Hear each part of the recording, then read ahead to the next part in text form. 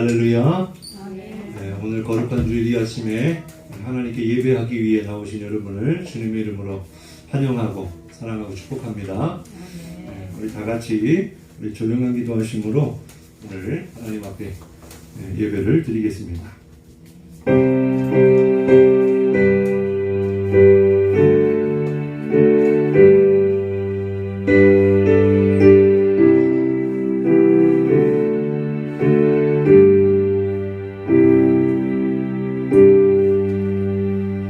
하나님은 영이시니 예배하는 자가 영과 진리로 예배할지니라. 아멘. 우리 시간에 함께 찬양하실 때 우리 하나님은 너를 지키시는 자 함께 고백하면서 찬양하시겠습니다.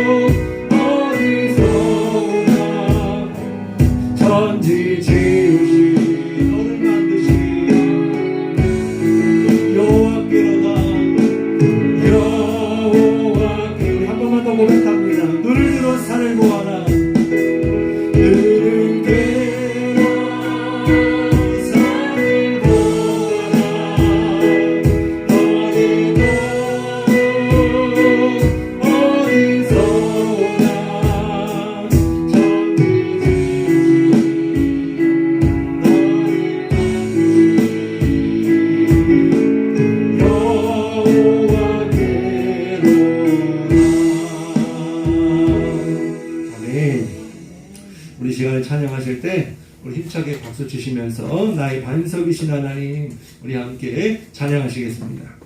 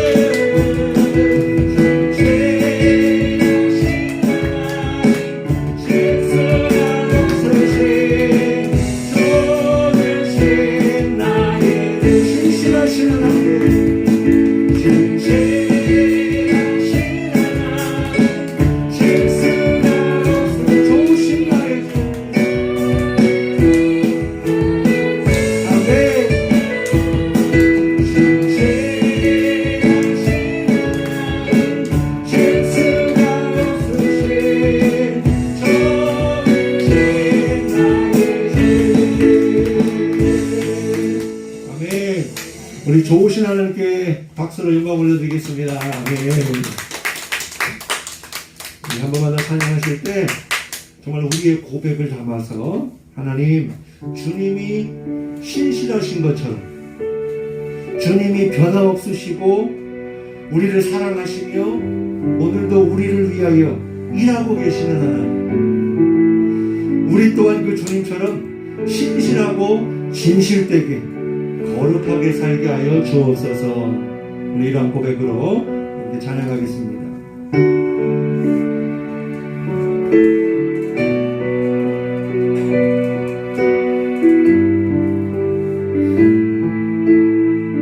신실하게 진실하게 신실하게 진실하게 거룩하게 살게 하소서. 신실하게 진실하게 거룩하게 살게 하소서. 다시 한번 진실하게 진실하게 거룩하게 살게 하소서. 진실하게 진실하게 거룩하게 살게 하소서. 하나님,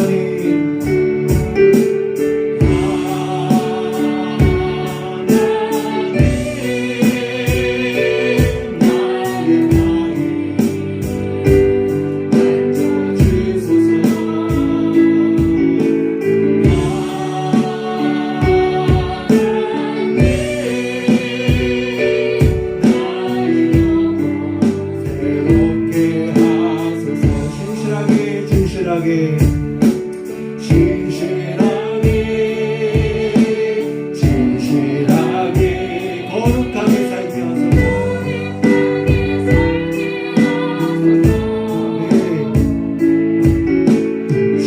진실하게 진실하게 거룩하게 살게 하소서. 하나님,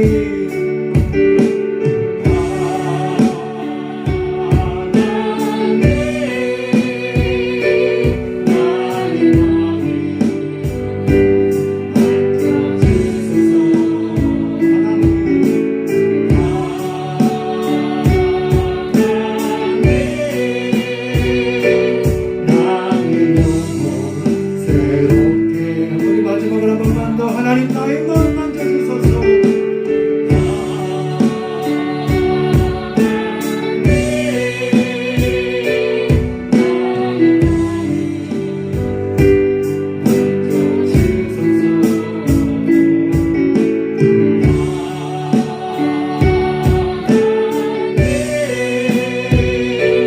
나의 영혼 새롭게 하소서.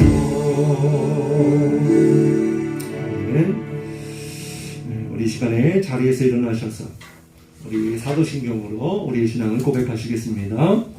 전능하사 천지를 만드신 하나님 아버지를 내가 믿사오며 그 외아들 우리 주 예수 그리스도를 믿사오니 이는 성령으로 잉태하사 동정녀 마리아에게 나시고 본디오 빌라도에게 고난을 받으사 십자가에 못 박혀 죽으시고 장사한 지 사흘 만에 죽은 자 가운데서 다시 살아나시며 하늘에 오르사 전능하신 하나님 우편에 앉아 계시다가 저리로서 산자와 죽은 자를 심판하러 오시리라. 성령을 믿사오며 거룩한 공예와 성도가 서로 교통하는 것과 죄를 사하여 주시는 것과 몸이 다시 사는 것과 영원히 사는 것을 믿사옵나이다. 아멘. 우리 찬송가 23장 함께 찬송하겠습니다.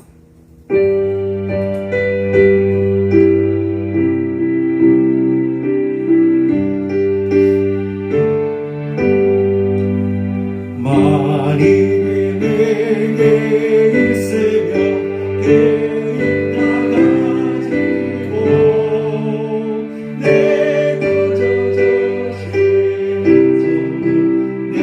찬송하게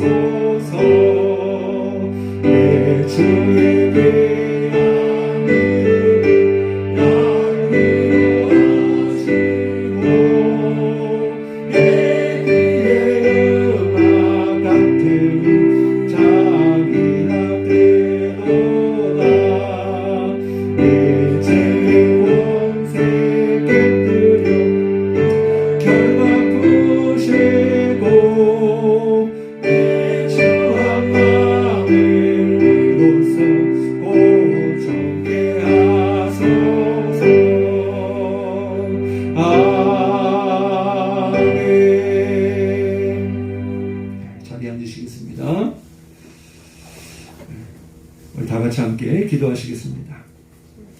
지금도 살아계셔서 역사하시는 하나님, 지난 한 주간도 주님의 은혜 가운데 살게 하시고 오늘 거룩한 주일 이 아침에 하나님 앞에 건강한 모습으로 나와서 함께 예배드리게 하시니 진심으로 감사를 드립니다.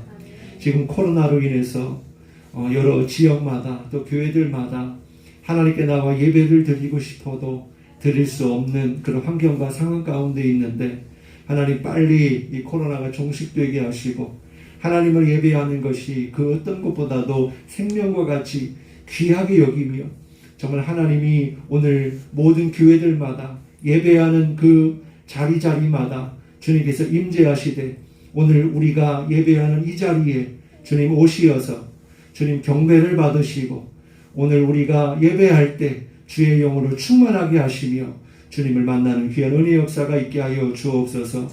우리가 정말 주님의 말씀대로 주님의 뜻대로 살아가기를 원합니다.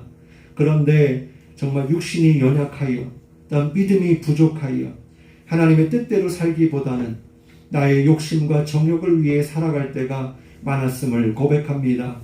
여전히 이 만몬이라고 하는 이 물질주의 만능 시대에 물질만 있으면 무엇이든지 할 수 있는 것처럼 또 건강하면 무엇이든지 할 수 있는 것처럼 그렇게 생각하고 착각하지만 결국 우리를 생명의 길로 인도하시고 우리를 지켜주시고 보호하시고 생명의 주관자가 하나님밖에 없음을 고백하여 주님께 영광을 올려드립니다.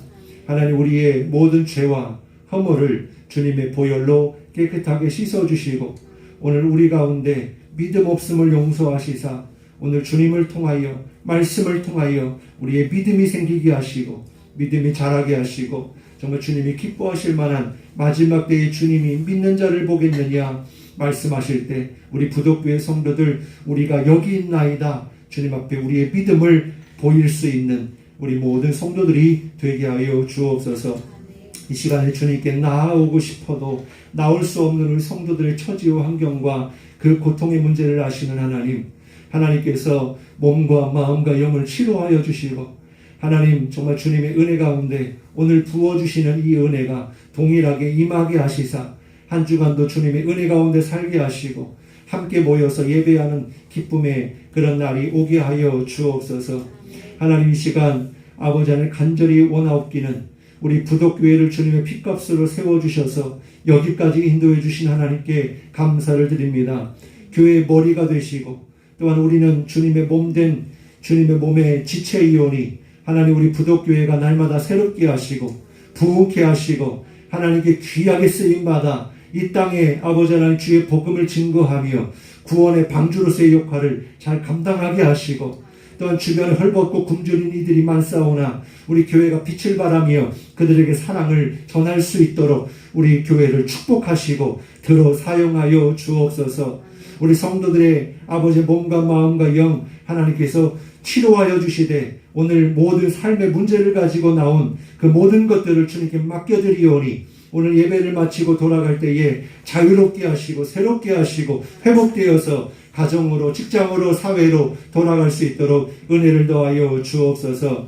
하나님 이 나라 이 민족을 주님께서 긍휼히 여겨 주옵소서. 대통령이야 모든 정치인들 위정자들이 하나님을 경외하게 하시고 두려워하게 하시며 백성들을 맡겨진 그 사명을 잘 감당하여 아버지 하나님 고통받는 이들이 없도록 정말 신실하게 그 맡은 바 책임을 다하게 하시고 백성들을 돌아보며 겸손하게 하시고 정말 아버지 하나님 앞에 엎드려 기도하는 그런 정치인들 그런 위정자들이 되게 하여 주옵소서. 이 나라가 정말 주의 복음으로 정말 가득한 나라가 되게 하시고 주님의 교회들을 통하여 이 땅에 빛을 비추어서 이 나라가 정말 전 세계로 주님의 복음을 증거하는 나라로 쓰임받게 하여 주옵소서. 이 시간도 주의 종을 세우셨사오니 하나님의 말씀을 전할 때에 말씀을 전하는 자나 듣는 자나 큰 은혜 받게 하시고 우리의 변화는 우리의 생명은 정말 주님을 통하여서만이 주님을 만나야만이 변화가 일어날 수 있고 새롭게 될 수 있사오니 오늘 말씀 가운데 깨달아지는 은혜가 있게 하시고 주님을 만나는 역사가 있게 하여 주옵소서. 우리 예배 시종일관을 주관하여 주실 것을 믿사오며 사랑이 많으신 예수님의 이름으로 간절히 기도드리옵나이다. 아멘.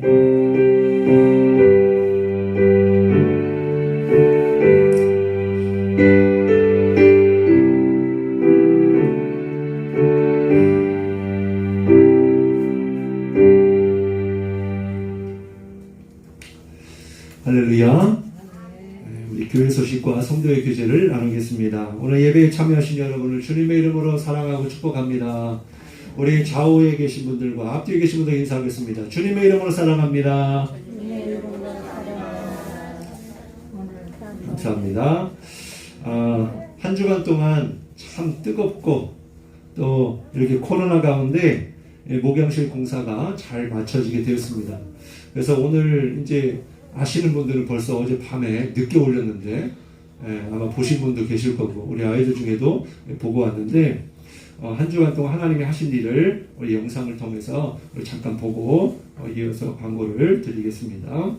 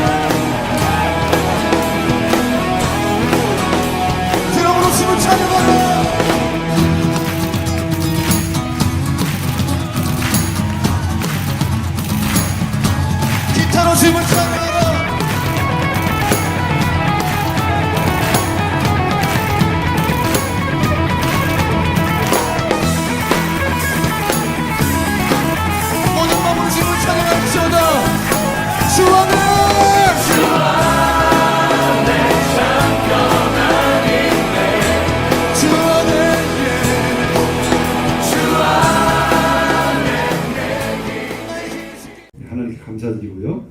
또 기도해 주신 우리 성도님들께도 감사를 드립니다.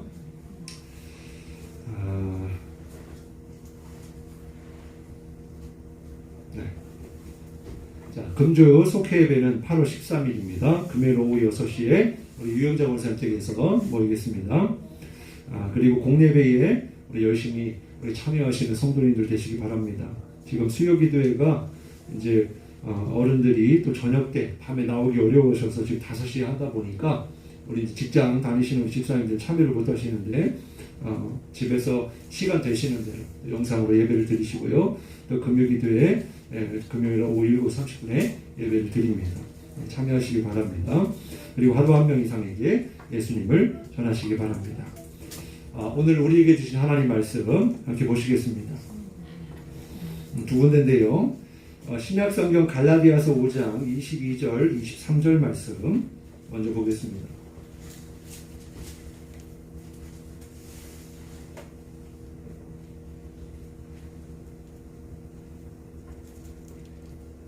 갈라디아서 5장 22절 23절 우리 같이 한 목소리를 봉독합니다. 시작. 오직 성령의 열매는 사랑과 희락과 화평과 오래 참음과 자비와 양선과 충성과 온유와 절제니 이 같은 것을 금지할 법이 없느니라. 아멘. 우리 한 절도 보겠습니다. 마태복음 25장 21절 같이 읽겠습니다. 시작. 그 주인이 이르되 잘하였도다 착하고 충성된 종아 네가 적은 일에 충성하였음에 내가 많은 것을 내게 맡기리니 내 주인의 즐거움에 참여할지어다 하고. 아멘. 오늘 함께 은혜를 나눌 말씀의 제목 따라해 보겠습니다. 충성은 성령의 열매입니다. 네, 오늘 말씀을 통해 은혜가 있기를 주님의 이름으로 축복합니다. 지금 우리가 계속해서 지금 성령의 9가지 열매에 대해서 나누고 있는데요. 오늘은 7번째 말씀입니다. 이제 충성에 대한 그런 말씀. 요즘 날씨가 계속 이제 폭염이었는데 이제 비가 이제 소나기가 와서 그래도 조금씩 좀 기온이 내려간 것 같아요. 어쨌든 그럼에도 불구하고 참 덥습니다. 이럴 때 필요한 것은 뭐예요? 바로 시원한 얼음 냉수일 겁니다. 특히 땡볕에서 농사를 지시거나 또 일을 하는 사람들에게는 더욱 필요한 거겠죠. 뿐만 아니라 저희도 이제 5일 동안 일을 하면서 정말 에어컨이 가동이 안 됐으면 일 못했을 거예요. 그래도 이제 에어컨을 계속 키면서 일을 했으니까 그러니까 목사님들도 이거 아니었으면 진짜 죽을 뻔했다고. 그 정도로 정말 힘들었는데 그래도 에어컨 때문에 살았어요. 어쨌든 그러면서 계속 이제 할 수 있는 대로 목사님들에게 이온음료하고 냉수를 계속 사다가 이제 드렸는데 어쨌든 우리가 땀을 많이 흘리고 또 더우면 이렇게 냉수를 찾기 마련입니다. 근데 말씀의 배경인 이 중동 지역에서 한번 생각해 보세요. 우리가 지금 굉장히 덥다고 느끼는 것보다 이 팔레스타인 지역에서의 이 폭염은요, 우리랑 비교할 수가 없습니다. 거기는 거의 광야가 많고 정말 뜨거워요. 그러니까 더위에다가 갈증은 아마 어마어마할 겁니다. 그러면 이것이 오늘 말씀의 제목과 이 충성이라는 열매와 무슨 관련이 있을까? 우리 잠언 25장 13절 말씀을 같이 한번 읽어볼게요. 시작. 충성된 사자는 그를 보낸 이에게 마치 추수하는 날에 얼음 냉수 같아서 능히 그 주인의 마음을 시원하게 하느니라. 할렐루야. 우리가 정말 더울 때 냉수를 먹으면 속이 시원한 것처럼 갈증이 확 해소되는 것처럼 하나님에게 이렇게 냉수와 같은 자가 누구냐? 바로 충성된 자다. 오늘 우리가 하나님의 마음을 시원하게 해드리는 그런 하나님의 성도들이 되시기를 주님의 이름으로 축복합니다. 그래요. 하나님은 지금도 이렇게 하나님의 마음을 시원하게 해드리는 사람을 찾고 계십니다. 그리고 이 하나님의 마음을 시원하게 해드릴 수 있게 하시는 분은 바로 성령님이세요. 이 성령님이 우리 가운데 오셔야 이 충성의 열매를 맺음으로 하나님 앞에 하나님의 마음을 시원하게 해드릴 수 있다라고 하는 것입니다. 그러면 우리가 지금 함께 보고 있는 이 개역 개정 성경에 이 충성이라는 말을 찾아보면요, 약 35번이 나옵니다. 거기에 이 충성이라는 말의 원어를 찾아보면요, 피스티스라고 하는데 이 동의어가 뭐냐면 믿음입니다. 믿음이 피스티스예요. 그러니까 무슨 말입니까? 충성과 믿음이 같은 의미라는 거예요. 그러니까 믿을 만한 사람, 신실한 사람, 믿음의 사람이 곧 충성된 자다라고 하는 거예요. 반대로 말하면 우리에게 믿음이 없다면 충성할 수 없고 충성된 자가 아니다라고 하는 것을 말해주는 것입니다. 그럼 좀 더 구체적으로 충성의 열매가 무엇인지 함께 말씀을 나눠봅니다. 첫 번째는 충성은 무엇으로부터 시작되느냐? 마음으로부터 시작된다라고 하는 거예요. 우리는 일반적으로 참 저 사람 충성스러운 사람이야 라고 할 때에는 사람의 눈에는요, 그 사람의 행위를 보고 그렇게 판단하는 경향이 많습니다. 그래서 남들이 보기에 누군가가 교회를 위해서 직장 생활 가운데 학교에서 가정에서 열심히 헌신하고 봉사한다 그러면 아하, 저 사람은 충성된 사람이구나 이렇게 생각한다는 거예요. 그리고 직장에서 나보다 높은 계급을 가지고 있는 사람, 직급을 가지고 있는 사람의 앞에서 무조건 그 사람이 원하는 것을 해주고 또 무조건 그 사람에게 잘 보이기 위해서 억지로라도 그 일을 끝까지 수행하는 사람을 보면 아, 저 사람 믿을 만한 사람이네, 충성된 사람이네 라고 생각하고 있어요. 그런데 만일 진짜 그런가? 겉으로 보여지는 것을 보고 진짜 저 사람을 가리켜서 충성된 사람이라고 할 수 있을까? 영화에서도 그렇고요. 생활 가운데, 관계 가운데서도 보면요. 겉으로 보여지는 그 행동을 보고 충성된 사람으로 착각해서 막 열쇠도 주고 권한도 주고 여러 가지 일들을 가정까지도 맡기는 경우가 있는데 근데 나중에 문제가 발생하는 속이고 또 이렇게 집안의 물건들을 다 가지고 가는 그런 일들이 생깁니다. 왜 그래요? 그 겉으로 보여지는 모습은 바로 속에서 다른 마음을 가지고 있었는데 겉으로만 좋아 보이는 척 한 것입니다. 충성스러운 것처럼 보이는 거예요. 그러니까 중요한 것은 뭡니까? 마음으로부터 충성심이 있어야 된다라는 거예요. 왜냐하면 주님은 우리의 마음의 중심을 보시기 때문입니다.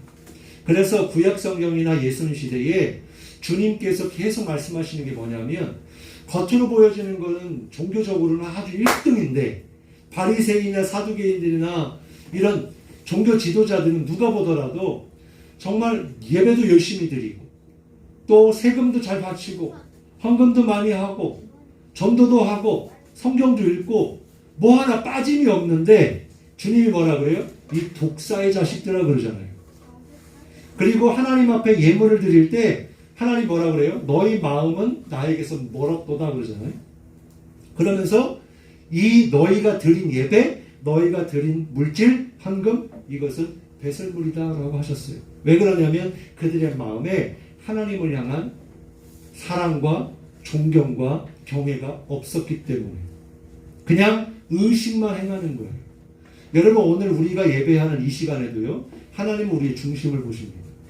여기에 나와 있는 것도 사실은 굉장히 중요한 거예요. 큰 거예요. 그렇지만 그보다 더 중요한 건 이 자리에 나와 있는 여러분의 마음이 정말 하나님을 사랑하는 마음으로 하나님을 경외하는 마음으로 믿음으로 하나님 앞에 예배할 때 이게 뭡니까? 영과 진리로 예배할 때 우리의 몸을 하나님께 드릴 때 주님께서 기뻐 받으신다라고 하는 사실입니다. 두 번째는요. 충성이라고 하는 건 마음으로부터 비롯돼서 삶을 통하여 나타난다라고 하는 거예요. 여러분 하나님께서 이스라엘 백성들을 애굽에서 430년 동안 종살이하고 있을 때에 그들을 건져내셨습니다. 그리고 그들을 젖과 꿀이 흐르는 가나안 땅으로 인도하셨어요.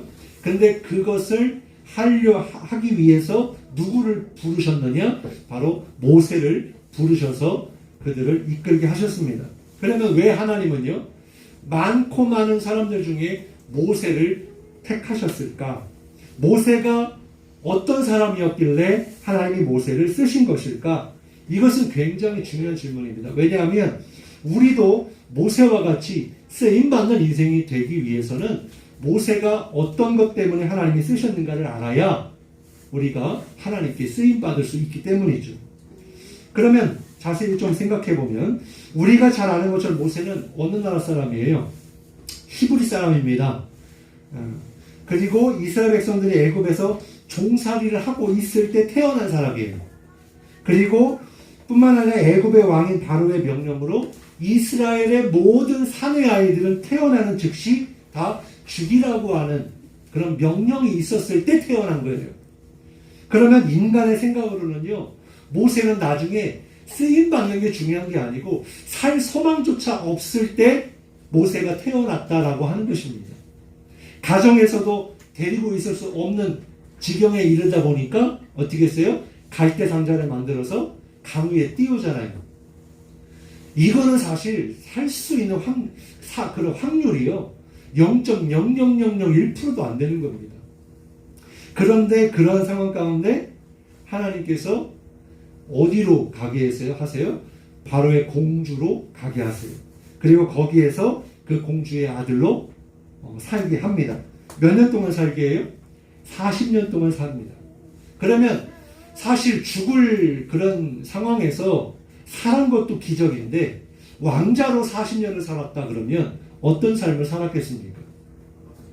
정말 이거는 인생 역전도 이런 역전이 없죠. 왕자가 누리는 그런 권한, 누리는 모든 것들을 다 누리면서 살았고요. 또 아마 히브리 민족에서 그냥 태어나서 왕이 명령으로 죽이라고 하지 않았어도요, 교육 환경이나 가정 환경은 결코 좋지 못했을 거예요. 노예의 자식으로 살아간다는 게 결코 쉬웠겠습니까? 그리고 부모는 자식을 잘 키우고 싶었겠지만 강제 노역을 통해서 아이를 돌볼 수 있는 그런 여유도 없었을 거예요. 그런데 이 모세는 어떻게 자랐습니까? 환경은 어때요? 최고의 교육 환경에서 최고의 지도자 훈련을 받은 겁니다. 왕자라고 한다면 나중에 왕위를 이을 수 있는 그런 기회가 있는 거예요.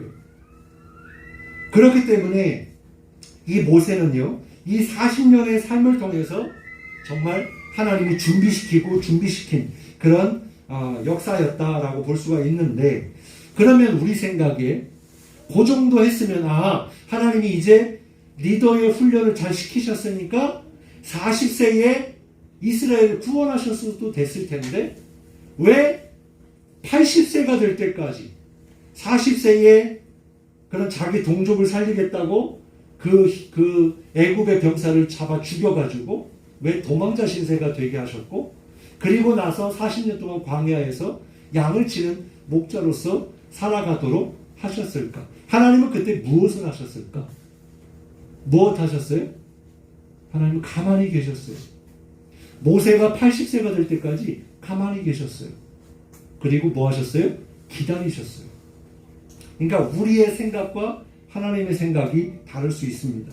우리가 생각할 때 적어도 힘도 있고 지식도 있고 뭔가 지혜도 있고 나름대로 힘도 있을 때 40세가 되면 이제 사회에서도 나름대로의 그런 능력을 가지고 일할 때잖아요. 그리고 50세가 되면 완전히 이제 자기가 지금까지 해왔던 것에 정말 능수능란한 그런 프로가 되고 그걸 이제 얼마든지 발휘하고 있을 때, 그리고 이제 밑에 사람들을 이제 키울 만한 때가 이제 50대잖아요. 근데 지금 물론 점점 이제 평균 연령이 올라가면서 점점 이제 그 밑에 있는 그런 사람들이 올라오고 또 나라적으로도 그렇고 명예퇴직이 좀 빨라진 그런 상황도 있습니다만은 어쨌든 80세가 되었을 때 모세를 쓰셨다. 이거는 우리의 생각 같아서는 안 맞잖아요. 힘도 없을 거고 또 물론 그때의 나이와 지금의 나이가 다르겠지만, 그러면 왜 하나님은 힘도 떨어지고 40년 동안 광야 생활을 하면서 그런 모세를 그제서야 쓰셨을까? 그것은 뭐냐면요, 먼저 40년 동안 광야를 경험하게 하신 거예요. 앞으로 이스라엘 백성들을 데리고 가나안 땅으로 가는 그 여정이 광야이기 때문에 광야의 삶을 먼저 겪게 하신 겁니다. 그래서 지난번에 말씀드린 것처럼 목회자가 이제 신부님들 같은 경우는 그렇잖아요. 결혼을 하지 않다 보니까 그 가정사와 자녀 문제를 잘 알지 못해요. 그런데 어쨌든 성직자로서 위로도 해줘야 되고 고해성사도 받아줘야 되고 그리고 나름대로 교육도 해야 되는데 그거를 잘 할 수 있겠습니까? 공감대가 이루어지지 않은데? 그러면 목회자라고 해서 성도들의 마음을 다 알까? 옛날 우리 목회자들 지금도 마찬가지입니다만은 이렇게 청빙이 올라오잖아요. 공고가 올라오잖아요. 우리 목회자들도 이렇게 모집을 합니다. 그리고 큰 교회 같은 경우에는 그 청빙위원회가 있어요. 장로님을 중심으로 권사님들하고 교회 지도자들이 모여서 이제 목사님들을 모시는 그런 작업을 합니다. 거기에 들어가는 항목들이 뭐냐면 꼭 학위가 있느냐, 특히 박사 학위가 있느냐를 봅니다. 그러니까 한때 목사님들이 너나 할 것 없이 박사를 공부를 하는 거예요. 그리고 이제 박사를 한국에서도 하지만 외국에 많이 나가기도 하고, 요즘에는 어떻게 하냐면 외국에 있는 대학교를 한국에서 공부하고 거기에 1년에 한 번 아니면 2번 정도만 갔다 오면 그걸 학위를 줍니다. 왜 그래요? 학위를 따야지 이렇게 청빙을 받을 수 있기 때문입니다. 아직도 그래요. 왜냐하면 다 그걸 뭘 보고 판단하겠어요. 그런데 중요한 것은 학위를 가지고 있고 외국에서 오신 목사님들이 한국의 정서와 한국의 성도들의 삶을 잘 아느냐라는 거죠. 그래서 요즘에는 젊은 세대들이나 젊은 목회자들은 좀 생각이 조금 다릅니다. 그리고 환경과 상황이 옛날보다 더 어려워졌어요. 목회자들한테는. 그런 상황에서 이제 목사님들이 어쩔 수 없이 이중직을 해야 되는 그런 현실입니다. 그래서 한 주간 동안 학원 강사를 한다든지, 또 목회자들이 잘하는 게 뭐가 있겠어요? 뭐 기술이 있겠어요? 뭐가 있겠어요? 잘하는 건 운전밖에 없으니까 대리를 뛰는 거예요, 목사님들이. 그래서 제가 학교 다닐 때도 친구들 많이 대리 뛰더라고요.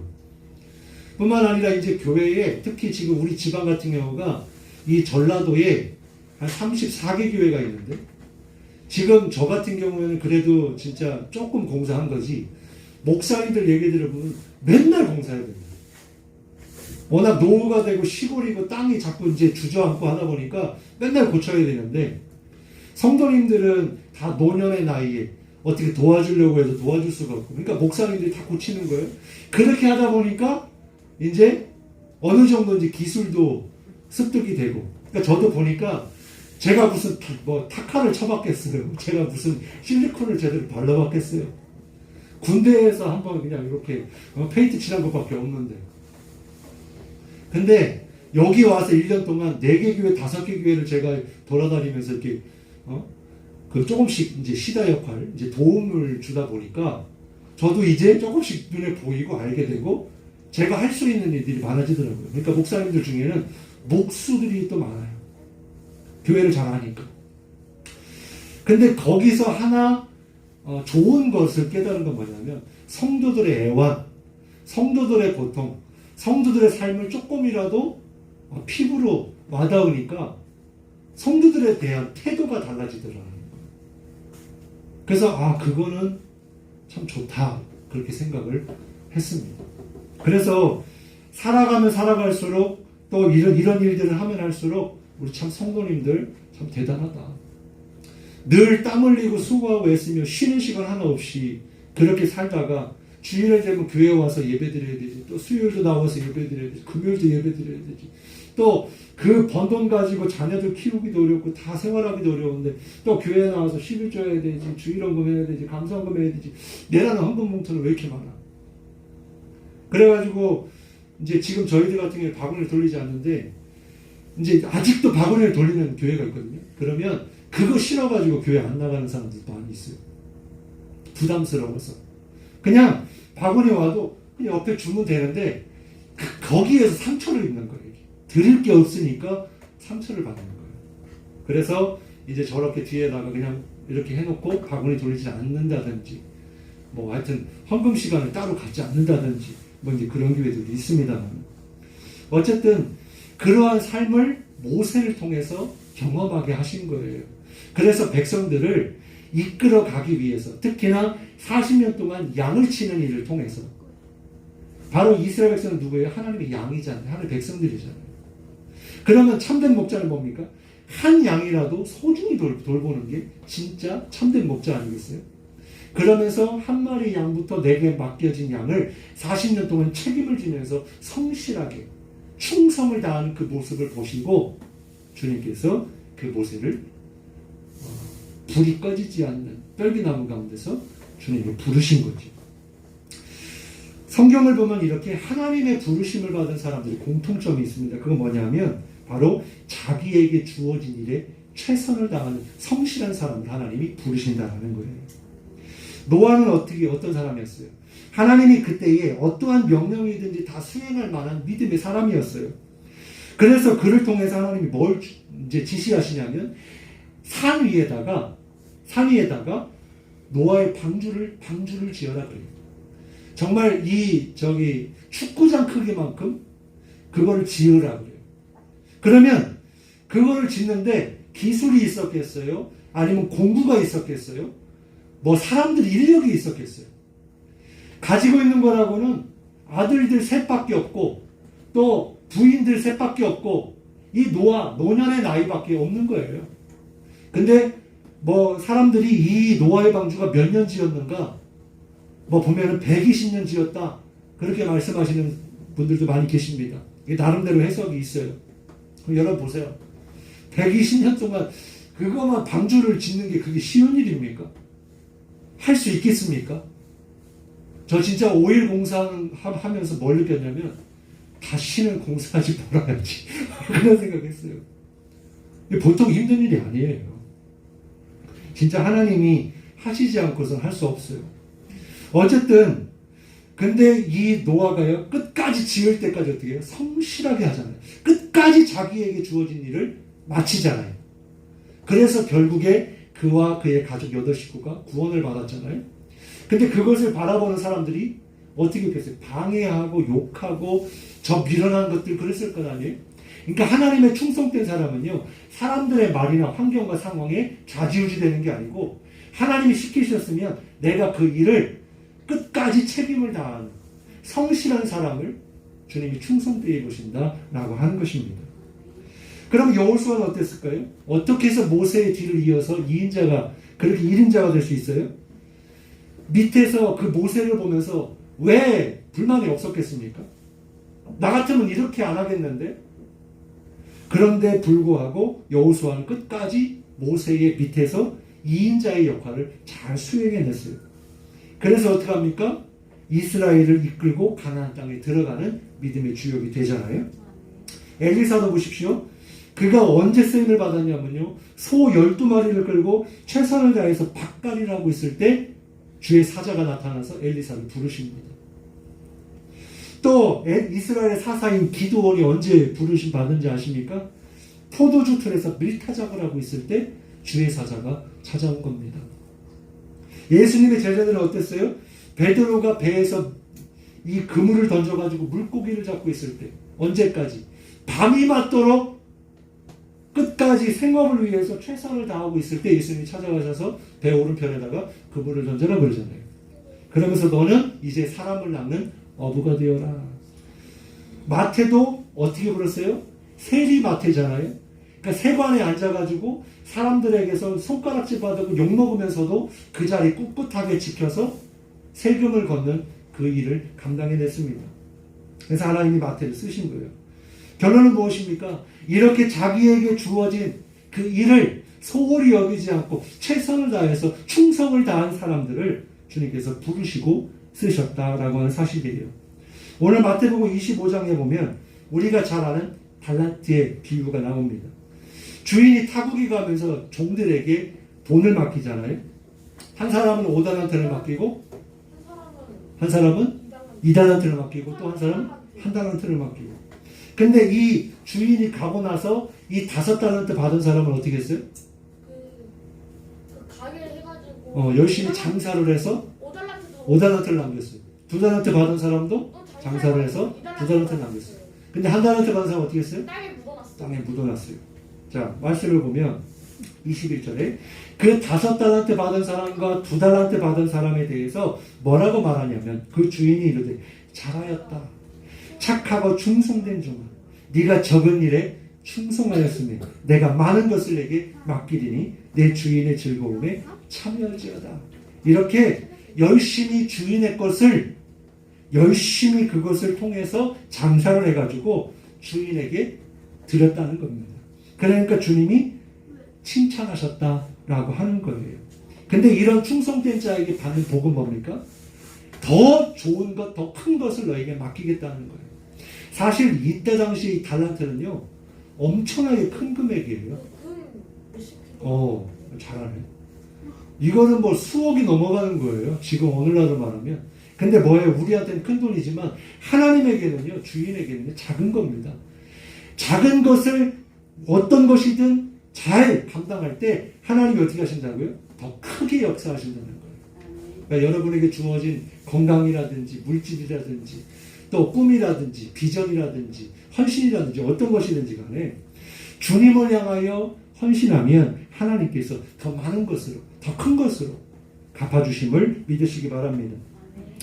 그러면 25절에 보니까 한 달란트 받은 사람은 어떻게 했느냐? 이 사람이 와가지고 주인에게 두려워해서 당신의 달란트를 감추었다 그래요. 그러니까 뭐냐면 벌써부터 무슨 생각이 있었냐면 주인에 대한 왜곡이 있었던 거예요. 주인이 내가 이것을 조금이라도 잘못해가지고 이거를 없애거나 잘못하면 나중에 목이 날아갈 수 있겠다. 그러니까 주인의 성품을 잘 모르는 거예요. 뜻을 모르는 거예요. 그래서 감추어두었다가 주인에게 드리니까 뭐라고 말합니까? 이렇게 말하죠. 그 주인이 대답하여 돼요. 악하고 게으른 종아 그래요. 악하고 게으른 종아. 나는 심지 않은 데서 거두고 해치지 않은 데서 모은 줄 네가 아느냐. 그러니까 주인을 모르는 겁니다.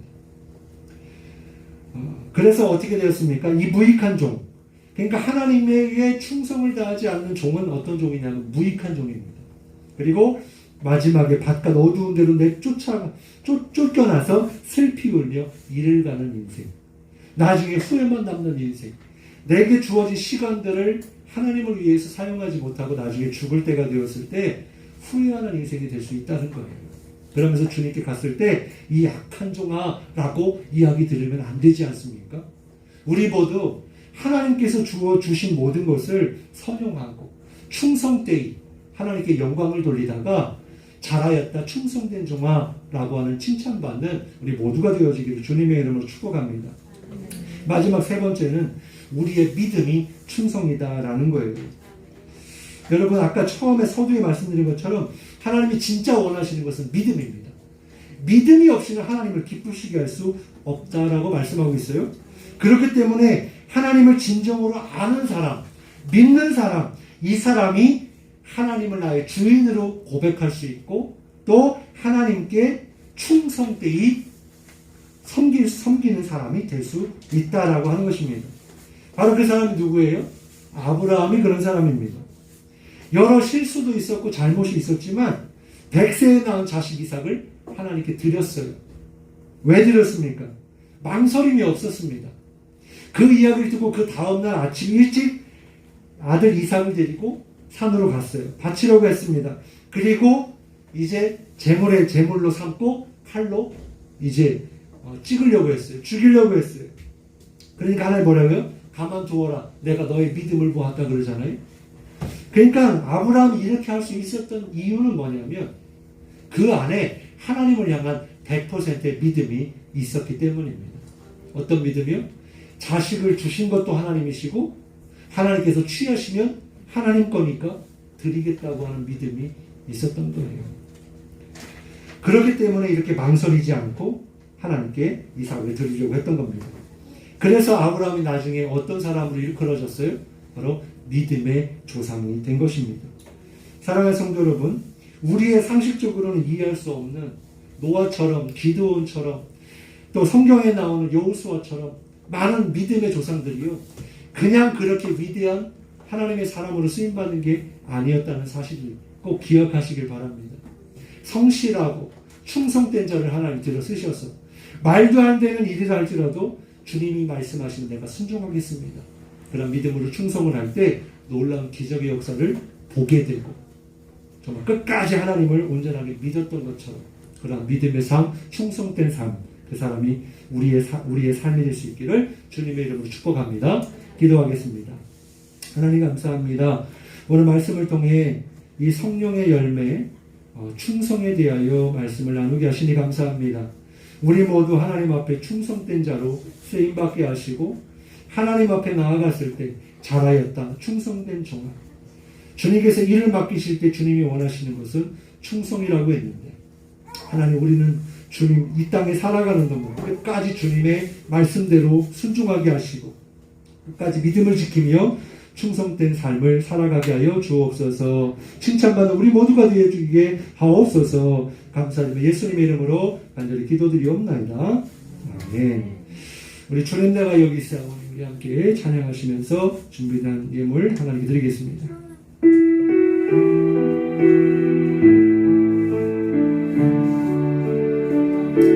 주님, 내가 여기 있사오니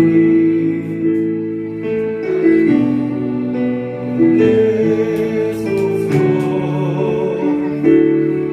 나의 맘 나의 몸 주께 드리오니 주 받으옵소서.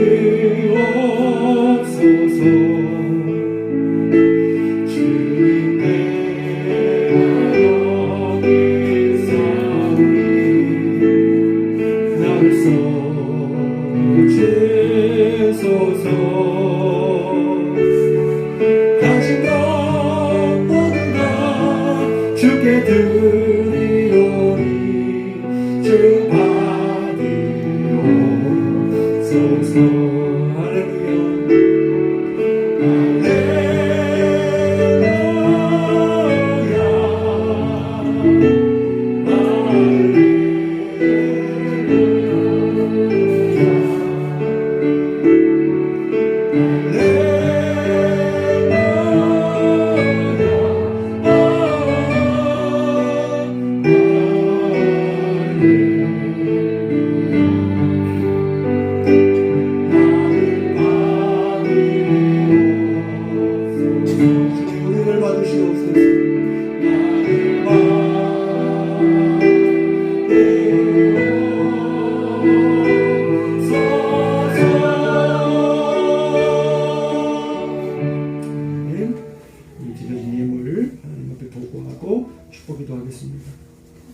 건축원금 이중희 사님, 김민현 집사님, 선교원금, 교회 촬영원금 함께 드립니다. 또 선교원금 하나님 나라가 확장되게 해주세요. 이원우 학생 드립니다. 주정원금 김창호 집사님, 이함정 권사님, 이중희 집사님, 김민영 집사님, 이원우 어린이, 한주아 어린이, 한은서 어린이, 윤신은 목사, 김원의 사모, 윤수원 어린이, 윤주원 어린이, 윤예은 어린이 드립니다. 10회 1조 유영자 권사님, 건축헌금 윤신현 목사 가정에서 드립니다. 주님의 은혜와 도우심으로 목양실 공사를 마치게 하시니 감사드립니다. 윤신현 목사 드립니다. 10회 1조 함께 드립니다. 기도하겠습니다.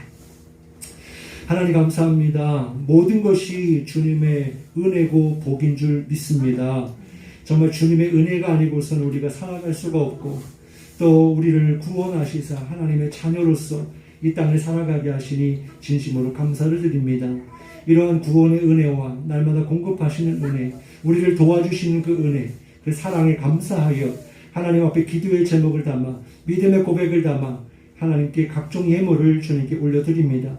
10의 1조와 건축 예물과 선교 예물과 또 감사 예물과 또 주정 예물을 하나님께 드리오니 주님께서 기쁘게 받아주시고 이 물질을 통하여서 하나님의 나라가 확장되는 일에 귀하게 쓰임받게 하시고 정말 선한 사업에 하나님께서 역사하시사 정말 죽어가는 영혼을 구원하는 것에 귀하게 쓰임받는 물질이 되게 하여 주옵소서.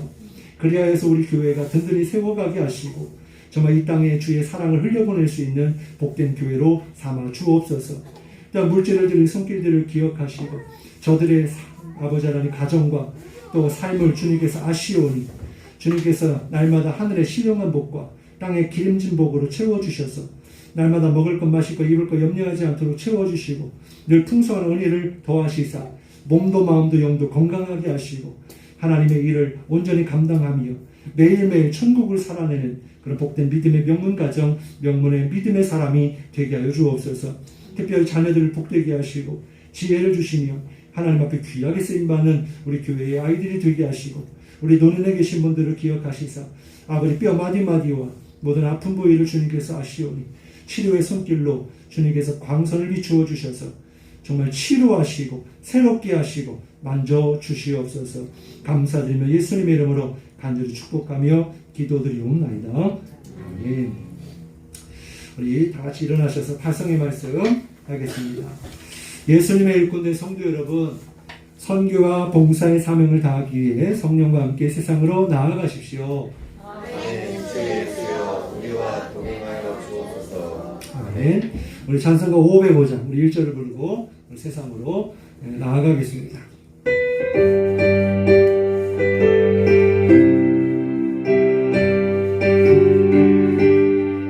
온 세상 위하여 나 복음 전하니 만 백성 모두 나와서 주 말씀 들으라. 죄중에 빠져서 헤매는 자들아 주님의 음성 듣고서 또 구원받으라. 자고 기도해 내 죄를 내리라. 세상 모든 사람 나들고 그 사랑하여. 이제는 우리 주 예수 그리스도의 은혜와 하나님 아버지의 무한하신 사랑하심과 성령님의 감화감동 교통역사 인도하심이 주님은 오늘도 충성된 자 성실된 자 믿음의 사람을 찾고 계시온데 바로 우리가 여기 있나이다.